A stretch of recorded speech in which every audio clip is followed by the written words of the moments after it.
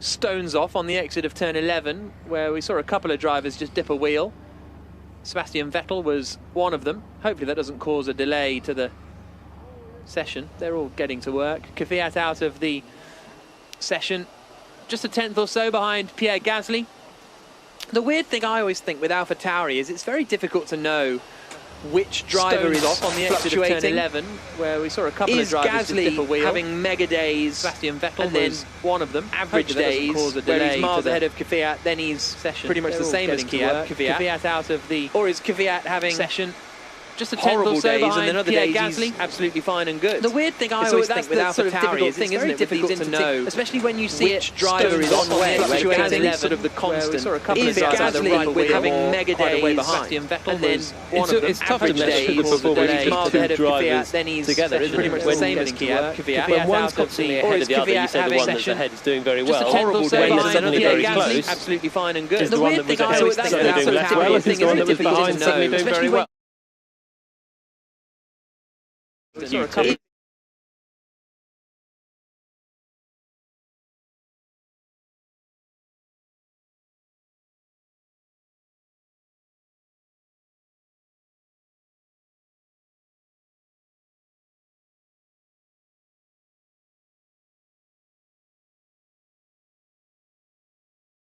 Gasly's not done quite as good a job as he has in other races.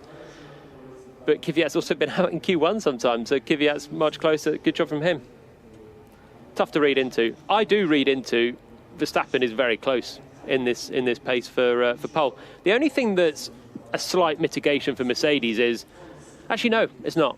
I'm going to stop right there. I was going to say a slight mitigation for Mercedes is they were doing their lap at the end on the tyres that they start on. But, of course, Verstappen improved as well, so he has to start on the same tyre. So there's no argument that they left a couple of tenths out there just because they didn't want to slide the tyres or risk a lock-up or this or that, because Verstappen also came through and did exactly the same in the end. He didn't back out of that final lap. Because presumably Bottas maybe took it a bit more chill because he knew whatever happened he would be starting on those tyres.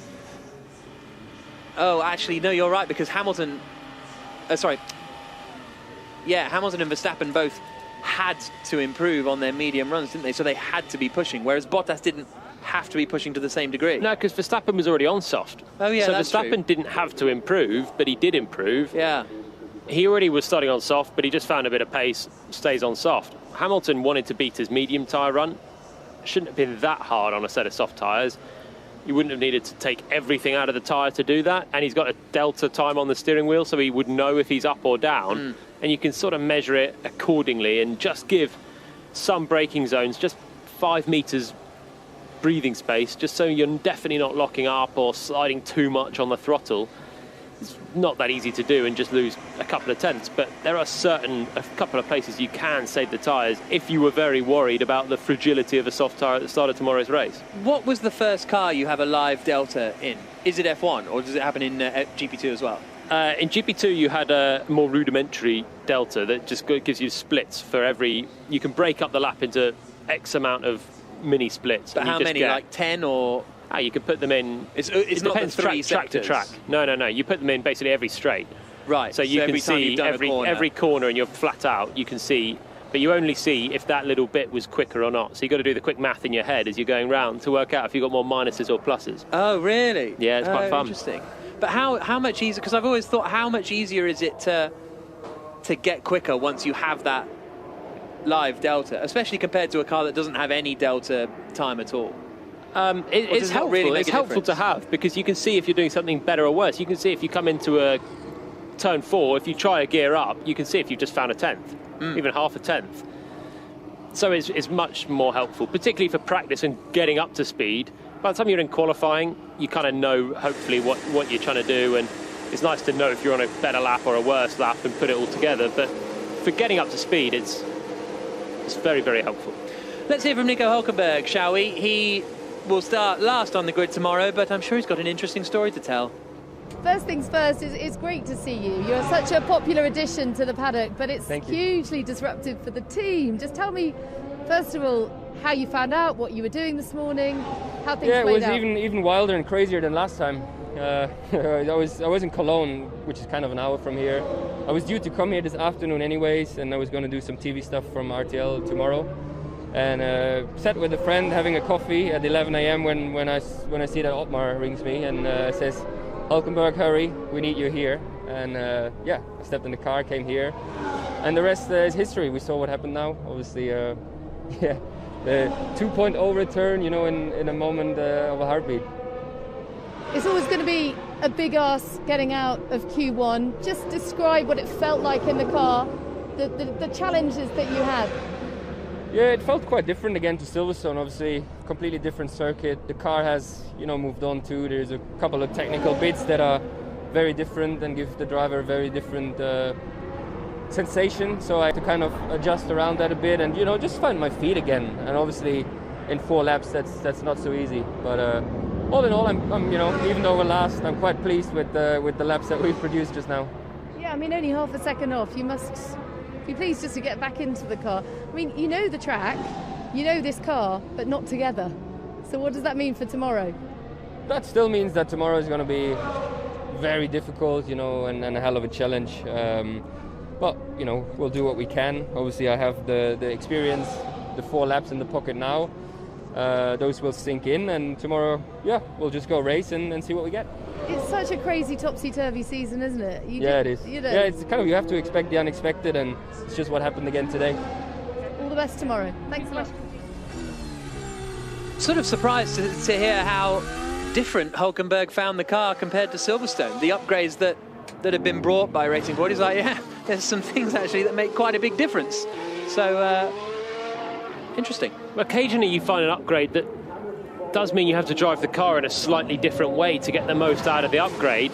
Sometimes you have to drive it in a very different way if there's an upgrade that gives you that much performance. The Racing Point car was quick at Silverstone. It's been quick since, really. Sergio Perez was flying last time out in Russia. But, yeah, obviously there's some quirks that have come in that time, which you'd expect with all the development that's going on. We know Lance Stroll had the upgrades for the last couple of Grand Prix. He liked them. And Hulkenberg's now been driving with that. But in 4 laps, to try and dial back in is very tricky. And if you've got to drive the car slightly differently to how you even remembered that before, even another little bit of complexity for him. Right, first flying laps coming in the battle for pole position. 9 minutes and 5 seconds to go in Q3. And Lewis Hamilton is slower than his teammate in the first sector. Bottas is coming through the middle sector now. Verstappen has just started his flying lap. Across the line comes Sainz, he does a 27.5. And Hamilton is slower than Bottas in the middle sector as well. Bottas is nearly a tenth and a half up through 2 sectors on Lewis Hamilton. Verstappen's got 2 tenths in the first sector to Lewis Hamilton. So Hamilton's not on his best lap right now. He comes across the line, goes fastest, but he's half a second off what he did earlier on in Q2. Bottas only just pips him. What is Max Verstappen doing in all of this? Because he was the fastest man through the first sector. Hamilton's 2 tenths slower in the final sector than he managed in Q2 as well. So not a good lap from Hamilton. Bottas goes across the line and is quicker, but only just by 100th of a second. Verstappen is going quicker than the 2 Mercedes at the moment. Up through 2 sectors, he's just got to negotiate the chicane, and Max Verstappen is definitely in this pole position fight with what we've seen right now. He's flying through the final sector as well. Verstappen out across the line, and the Red Bull takes provisional pole position. Quicker than the Mercedes by 700ths of a second. There's less than a tenth between the top 3. There's definitely more time to come from Hamilton, just based on his other lap times. Basically, he's half a second slower than he managed in Q2, as Jolyon said. So there's more time in there for Hamilton, but he's only got 1 lap to try and find it. Verstappen on provisional pole, Bottas second, Hamilton third, Albon fourth, Leclerc fifth, and then you've got the drivers who only have 1 set of tyres, so they're on their old ones for this one, which is Ocon, Norris, Sainz, Ricciardo, Perez in that order. Verstappen on provisional pole. Not a terrible lap from Albon. He's half a second away from Verstappen, but Verstappen is on pole. He's 3 tenths slower than he managed in Q2, Verstappen. Yeah, has the track just somehow gone away? The wind's maybe picked up ever so slightly. Strange that the times are all dropping. But Albon did an identical time to the nearest 1,000th of a second that he did in Q2. Leclerc, 2 tenths slower. and then you get into the used tyres gang. So nobody actually out there, bar Bottas, improved from their Q2 time. And Bottas's Q2 time was a pretty chilled one anyway, and he only improved by 1/10 of a second. Getting a replay of Hamilton coming into turn 1, and had a little bit of oversteer on the exit of the corner. Nothing too dramatic for him there. Esteban Ocon had a much bigger twitch of oversteer, or Daniel Ricciardo, sorry, had a much bigger twitch of oversteer down at turn 1, and that cost him a bit on his lap. He's down in 9th out of 9. Sergio Perez is on his outlap now, on his one set of new soft tyres, so we'll see what Perez can do. But everyone else coming back into the pits, Perez has the track to himself. Mercedes, for once in 2020, have work to do. It's 10 degrees out there, but they're sweating in Q3. Honda made their Formula 1 debut at the Nürburgring in 1964 on the old Nordschleife circuit, but they've never taken a pole or a win at this track, which, yeah, was Frentzen not on pole position in 1999, or was he second on the grid to Hakkinen? If only Alex Jakes was here. Are you getting confused with Magny-Cours? Yeah, I think maybe I am, but I'm sure Frentzen was front row in 99, but didn't win it. Didn't take pole. Anyway, 5 minutes 20 seconds to go. Jenny. Yeah, so Max Verstappen hasn't had a pole position. In fact, nobody apart from Mercedes has had a pole position so far this season. Mercedes 10 out of 10. Last pole for Verstappen, Brazil 19. So it's been a little while, hasn't it? Sort of November last year. And just asked Mercedes if there was a scrappy lap for Lewis Hamilton. What was the rationale? They said the tyres were a bit on the cool side. So let's see what can happen in these final runs of qualifying. Heinz-Harald Frentzen was on pole in 1999, so maybe that was a statistic that Formula 1 provided, and it just flashed up on the screen, so I read it. But I guess the question is a Jordan Mugen Honda a Honda? I think it is. Mugen is an arm of Honda. I'm not buying that stat. I think Honda have had a pole position here before, but then actually, is this the first time Honda have been in it? Nah, I'm not buying that. Mugen Honda's enough for a pole position for me. At me if you disagree. Hashtag BBC F1. 4 minutes left on the clock. Andrew Benson, BBC Chief F1 writer, this feels like something to bring you in on crucially. Does a Jordan Mugen Honda taking pole position here count as Honda having a pole position here? Well, it's not the official Honda company, is it? But Mugen is owned by Honda, right? It's the Honda family. It's an affiliate satellite company, yeah. So I would say that's a Honda pole, really. Yeah, I agree. But it's Apple. It's personal opinion. I think you can argue it either way. Great, thank you very much for the. It's like you're like on Pointless. Whenever we have a debate, we go to Richard Osman, but we have Andrew Benson to just clear up all of the nuances. 3.5 minutes to go. Out they go then onto track. Hamilton first out, Bottas second out, Verstappen third out. They've all got the lap time to take pole position here. Who could deal with the pressure? That's what it is now. It's about hooking it up, 15 corners on one lap, as good as they've done it before in Q2. They've all done it, but there's now the pressure of pole position. There's no more chances after this one. Hamilton's going to be the first one, then Bottas, then Verstappen. Hamilton is so good normally in this part of qualifying. The death of Q3, the final throws, is where he's taken so many of his brilliant poles. He's right now not even on the front row. Wow. He's got to beat his teammate and Verstappen, who has now, for once in 2020, everything to lose on this final run. I sense if Verstappen doesn't improve, he could end up being third on the grid, because Mercedes, I feel like they've got something more in there. Sergio Perez went 6th with his lap, and again, 0.4 of a second slower than he managed in Q2. Only 0.3. No, he's quite a long way ahead of the used tyre runners, isn't he, to be fair? But he's behind Charles Leclerc by 0.3 of a second. So I think he might get shuffled down a little bit, Sergio Perez.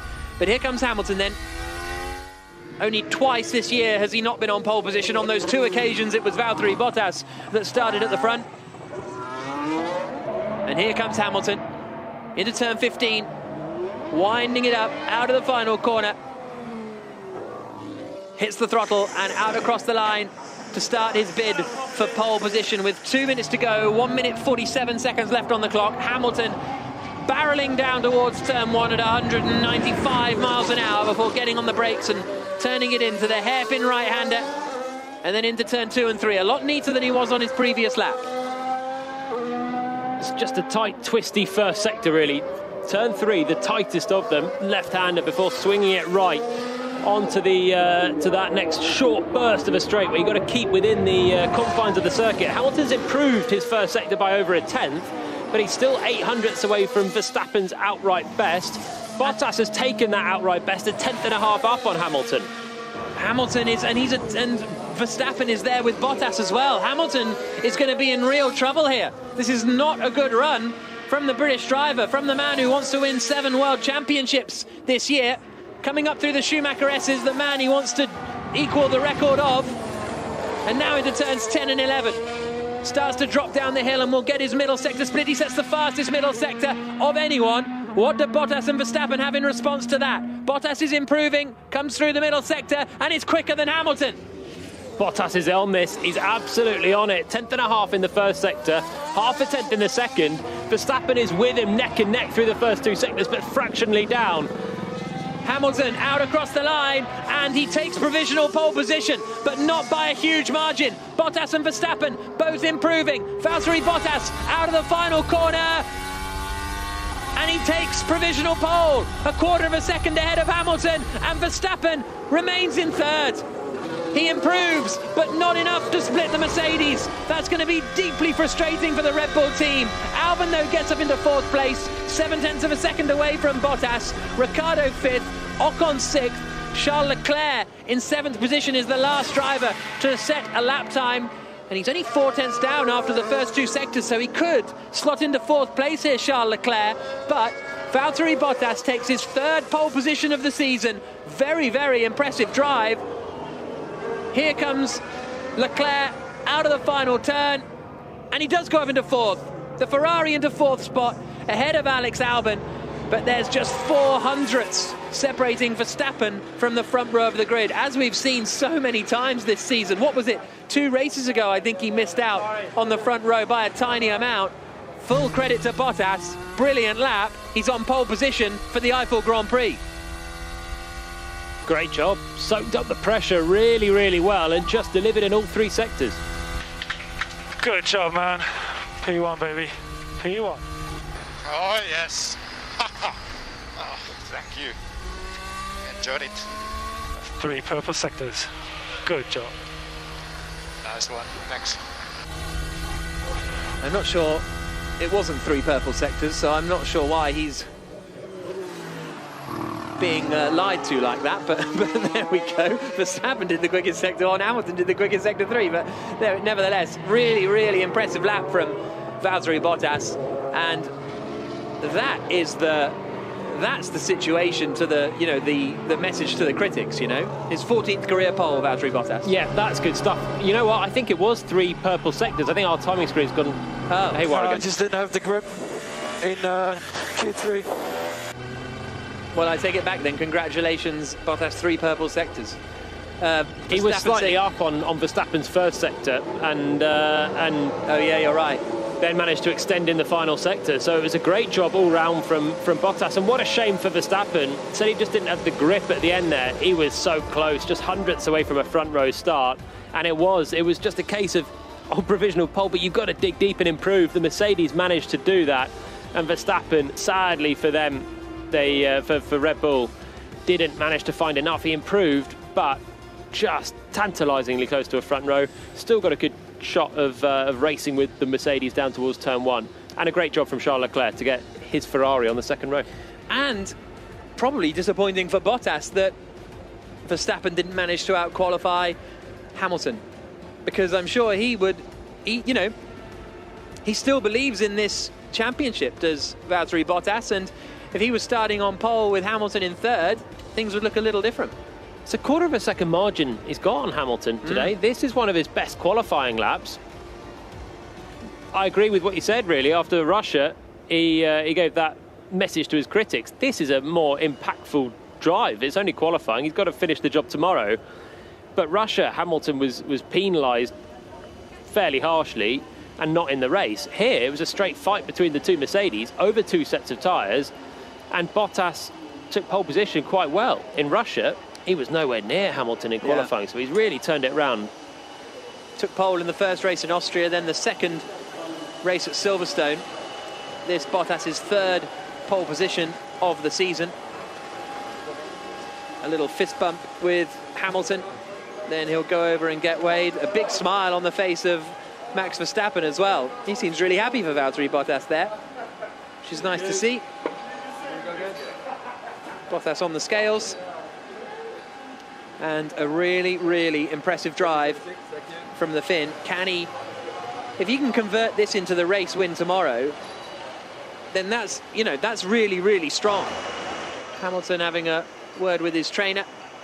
Be back-to-back wins, of course, if he does, after that drive in Russia. But more importantly, it will be only 1 win in 4 for Lewis Hamilton if he doesn't win tomorrow. Monza and Sochi last time, penalties cost him. He won in Mugello. But if he doesn't win tomorrow, then his momentum is that roaring start to the season that he had. It's just faltering slightly. He's got every chance. He's on the front row, and I think the race is going to be fraught between those two and Verstappen. But definitely Hamilton's momentum just stalling ever so slightly. We also haven't mentioned the next race, which is going to be in Portimao in 2 weeks' time in Portugal, which is going to be mega. But let's hear from our top 3 then. Paul di Resta is going to be speaking to them, starting off with Max Verstappen, who will start 3rd on the grid for tomorrow's Eifel Grand Prix. Obviously P3, you looked like you were in the fight there right to the end, narrowly missed out. Where was it? Yeah, it was interesting qualifying, of course, after missing the whole of yesterday for everyone. It was very busy today, but overall I think a decent qualifying. Just in Q3 where it really mattered, I started understeering a bit too much, and when it's so cold, when you're understeering, you're graining the front tires, so basically eating up the rubber, which cost me a bit of lap time. But overall I think yeah, we are getting closer towards Mercedes, which I think is